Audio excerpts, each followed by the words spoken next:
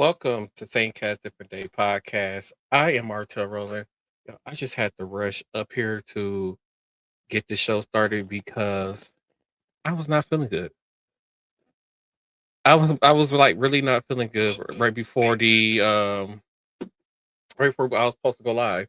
So Tin Marie is off because it's her birthday was yesterday, so she's doing birthday festivities. So you are stuck with me today, and I forgot my notes, y'all. I forgot to pull up my notes and to get this to kick this thing off. Let me get my notes ready. Just work with me, y'all. It's why I was kind of hot. I literally ran up here too into the studio. So, for those of you who don't know, Ryan Roth has been sentenced to life in prison plus 84 months for the attempted assassination of then presidential candidate Donald Trump. Um, Makes you wonder how many years is Pam Bondi how many years is Pam Bondi going to get, and her team is going to get for releasing child porn. So those of you who don't know, there was some Epstein files that had got released by the Department of Justice that's ran by Pam Bondi, and there were some unredacted files in there and pictures of victims, and some of those victims were not clothed. And she released those pictures on the internet for everyone to see. It's out there in the world for everyone to see.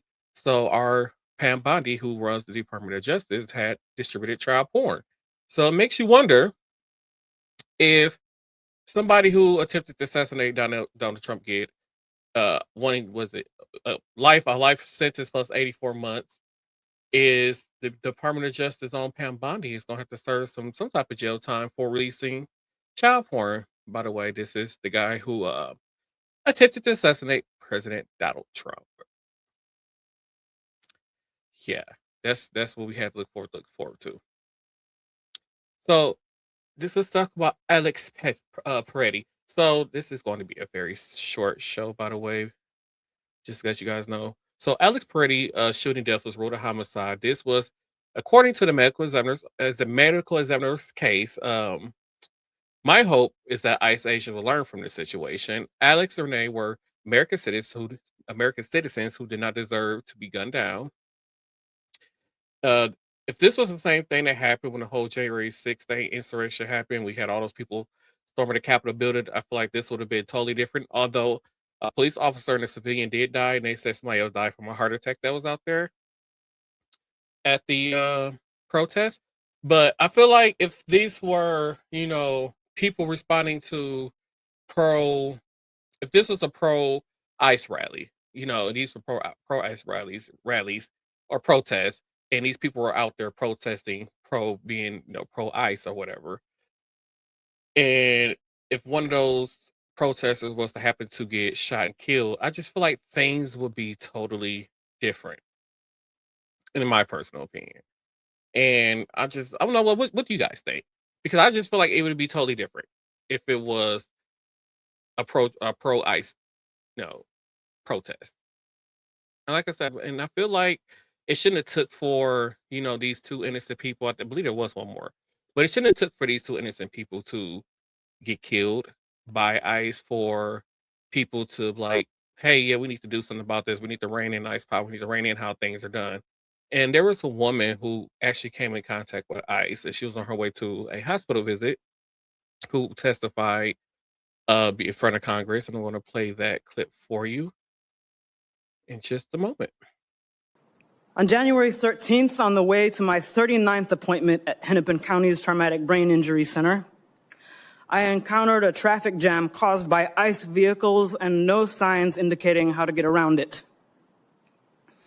I had not wanted to pull into a blocked, chaotic intersection, but verbally agreed to do so and rolled down my window after an agent yelled, "Move! I will break your effing window!" His first instruction. Agents on all sides of my vehicle yelled conflicting threats and instructions that I could not process while watching for pedestrians.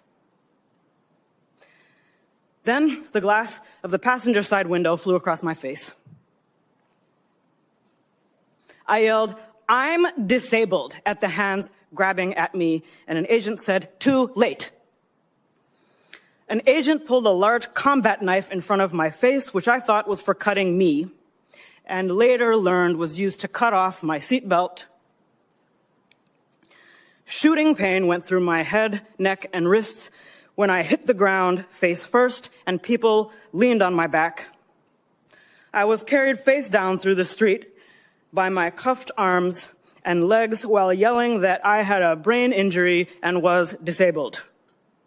I now cannot lift my arms normally. I was never asked for ID, never told I was under arrest, never read my rights, and never charged with a crime. I pleaded for emergency medical care for over an hour after my vision had become blurry, my heart rate went through the roof, and the pain in my neck and head became unbearable. It was denied. When I became unable to speak, my cellmate pleaded for me. The last sounds I remember before I blacked out on the cell floor were my cellmate banging on the door, pleading for a medic, and a voice outside saying, "We don't want to step on Ice's toes."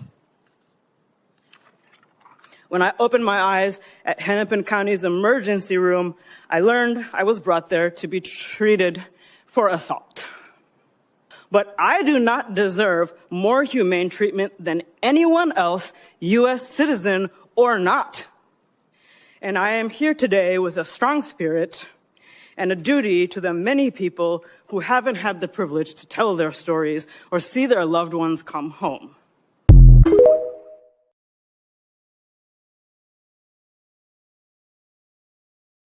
So no one deserved for that to happen to them when they're just on their way to a doctor's appointment, being pulled out their car and having those things done to them. And I want to let people know, because a lot of people will try to bring up Obama and all these other kind of things. But under Obama's administration, thousands of people were deported every day. And then also during the administration, during the administration from 2000, I believe he got elected in 2008. So from 2009 to 2015, when Obama was 16, when Obama left office, 3.1 million people were deported from the United States. Now, one time did you hear or see ICE agents or Border Patrol agents storming the streets? We didn't hear that. We didn't hear about American people being shot and killed. There was nobody out protesting. It got to be a better way to do this than what the Trump administration is currently doing right now. Once again, he told the American people during his campaign that he was going to be going after sex offenders, murderers, and dangerous criminals. Instead, they are pulling 5-year-old kids off the streets and holding them captive until their parents show up. That kid is going to be traumatized for the rest of his life due to that situation. And I believe that we have not seen the worst that coming from this administration, that is going to get worse. And this is that 5-year-old and with his family and his dad being reunited together. He was pulled off the streets. Don't know what was going on. Just some random car pulling up and people hopping out and pulling him off the street. It shouldn't happen. This should not be happening. Like, this cannot be the America that we live in. You're right. It's very sad. 5 years old. And I believe we're in Minnesota. I think it was Minnesota. This congressman that you see in the photo right there, he rode with them from the ICE detention center to home to make sure that ICE wouldn't try to do anything else. Like I said, we shouldn't be living in a time where people have to walk the streets and be scared. It shouldn't be. It shouldn't be like that.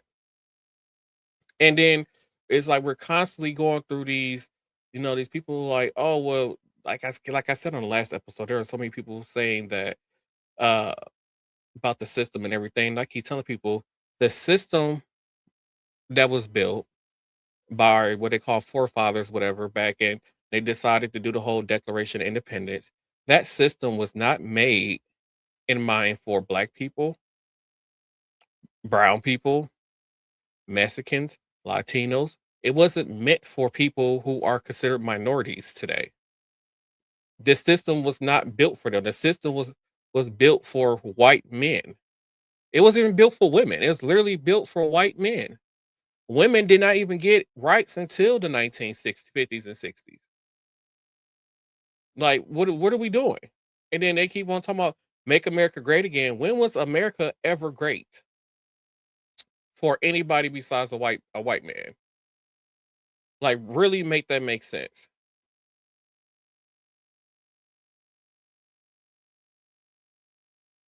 Yes, I'm not a conservative.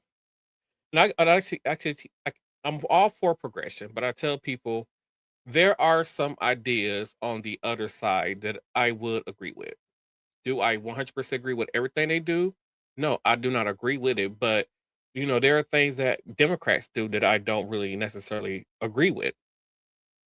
I've said plenty of times before, like, I feel like um, as a person who's considered middle class, it's it's like we get ignored. So you have the conservative, which is the Republican Party, who caters to the rich, the millionaires, and you got the billionaires and things like that.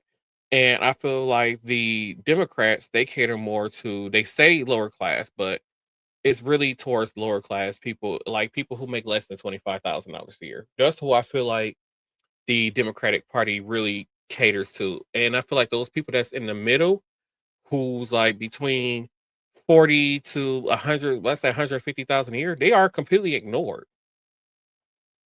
Like I said, we have to pay. We don't get no help from the government. We don't get no help from the system. We have to pay out of pocket for food, health insurance, everything, basically everything you need to survive. You are paying out of pocket for it with no help whatsoever. And then here you go, you got these Republicans who are like too steady or take from this group to the point where like they don't strain so much out the middle class. The middle class people who are still making decent amount of money, like I said, from 40 to 100 some thousand, they're still struggling. And it shouldn't be that way. And then you have the Democrats who, and this is just my personal opinion, you have the Democrats who I feel like cater to the lower class people who make less than $25,000 a year.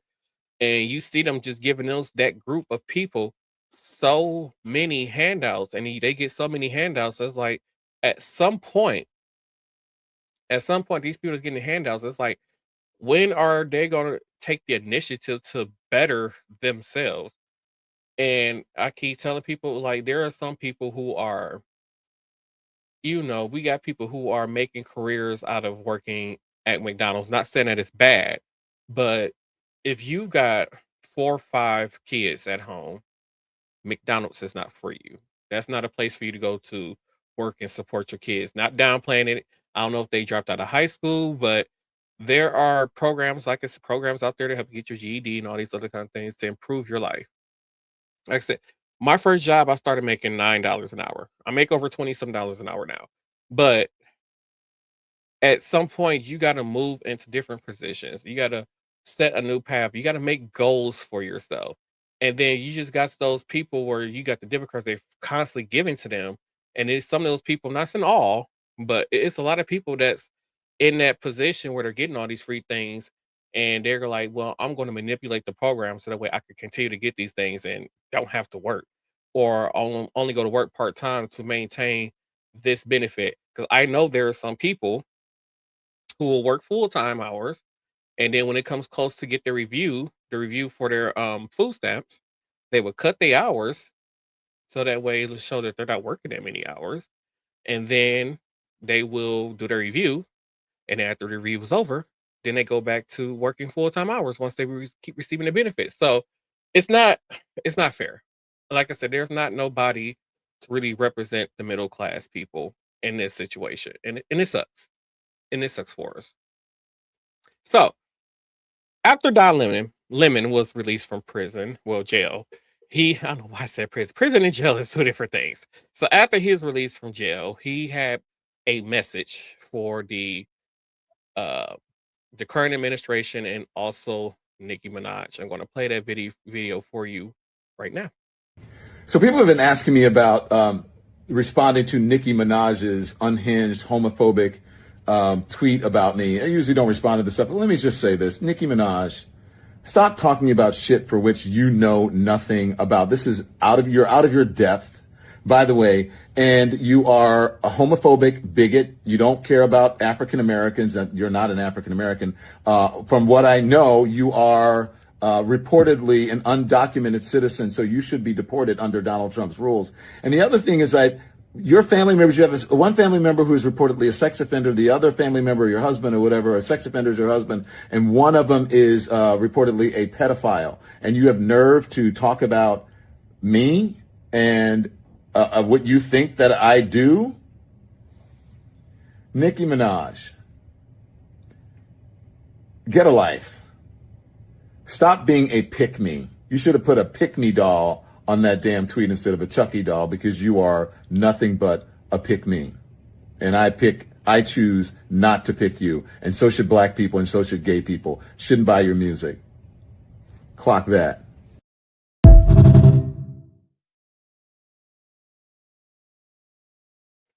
I haven't listened to Nicki Minaj music in years. I never really cared for her music at all. And like I said, like you said, she's just a pick me. Hey, making herself look bad. But anyways, because continuing on with the whole Nicki Minaj thing, did you guys watch the Grammys what was it, Sunday? Because there's something that stood out to me.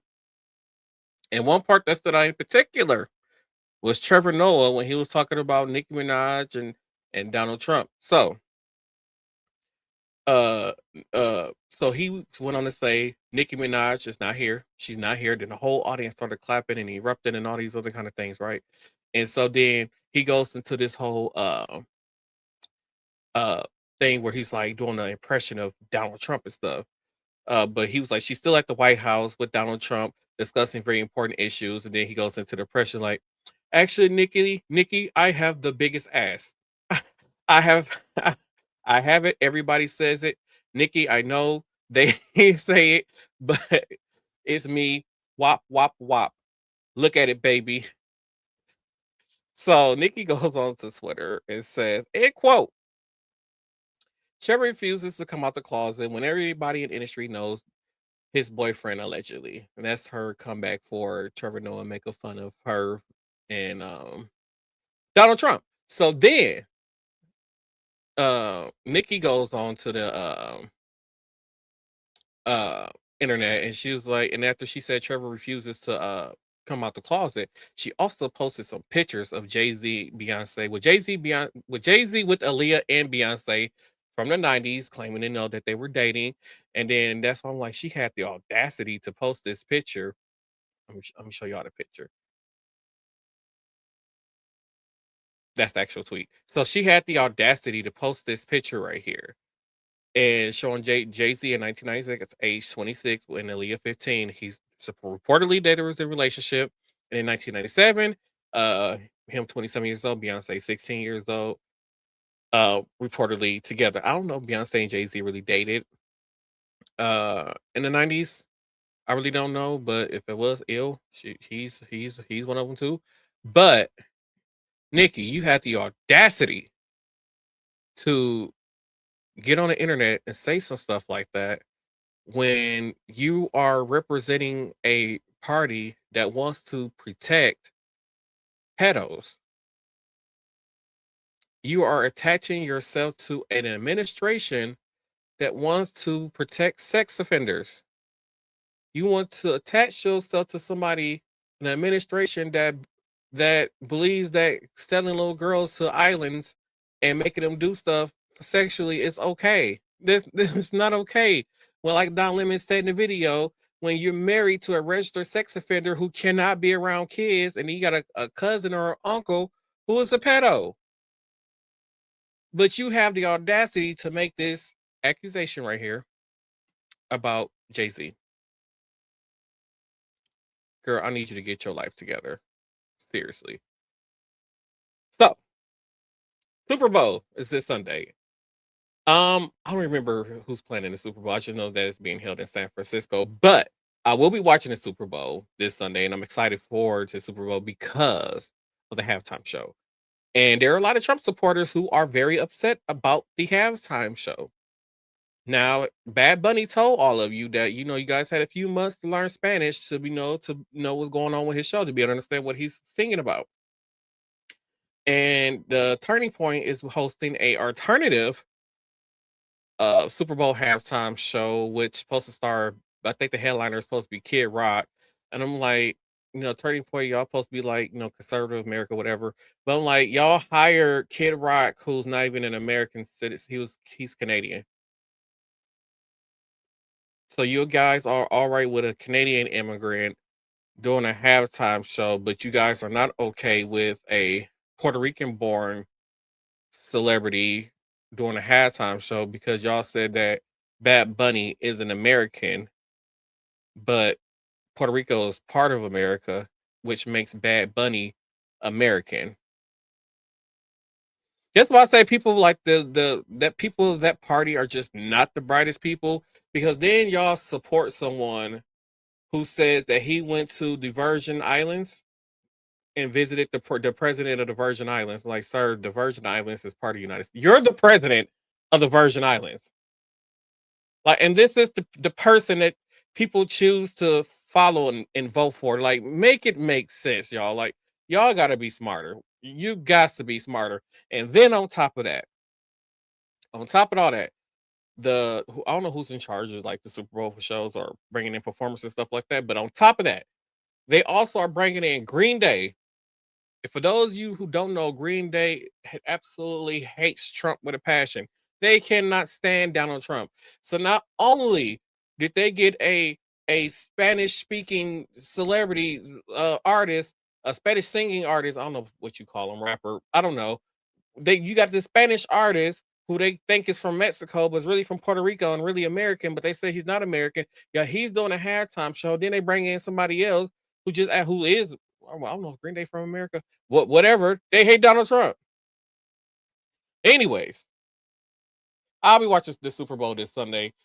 Let me know down in the comments what you guys looking forward to the Super Bowl, and what are you most looking forward to come this Sunday for the Super Bowl? Now, before I go, it's like I said, this ain't gonna be a long show because one, I feel like crap today, but I was like, I got to get this episode done. So before I go, the Mariah Carey tribute. I don't know if anybody's seen that Mariah Carey tribute but I just want, what's his name? Billy Porter. Sir, you embarrassed. Except that Mariah Carey tribute for the Music Cares, when she got the Music Cares Award, it was terrible. Okay, only person who did a good job was, I believe they was called Flo, Charlie Puth, and I can't remember the other girl, but she played Cindy Lou and How the Grinch Stole Christmas. But anyway, she did good because she performed 2 songs off of Mariah Carey's rock album that was never released, and did an amazing job. But Charlie Puth did an amazing job, and I believe Flo did an amazing job. But the rest of it, it was like looking at live karaoke. It was like going out to a bar and watching karaoke. Jennifer Hudson she just oversang. She always oversings too much. Kesha, couldn't catch the beat. I don't know if she listened to the song before. It was a mess, and I feel like it made me really understand why Mariah Carey don't like people doing her songs. And we sat there and watched her with that fake smile on her face during all those performances, like, and everybody but she sat there through all those performances with that fake smile and watching everybody do her songs. Like, you could tell that she was just not happy. Like, oh, please let this be over with. Mariah, I don't blame you. I really don't blame you. But with all that being said, thank you all for tuning into this episode of Same Cast Different Day podcast. Make sure you check out our official site, which is all linked in the links below. And I will see you all on the next episode of Same Cast Different Day podcast. Tina Marie will be back with me, and we're gonna have ourselves a good time. I don't know, we might talk about some dating or some relationship stuff going on. We don't know yet, but make sure y'all tune in. Make sure y'all like and subscribe, so that way you guys get that notification when we're about to go live. And thank you all once again for tuning in to Same Cast Different Day podcast, and we will see you on the next episode.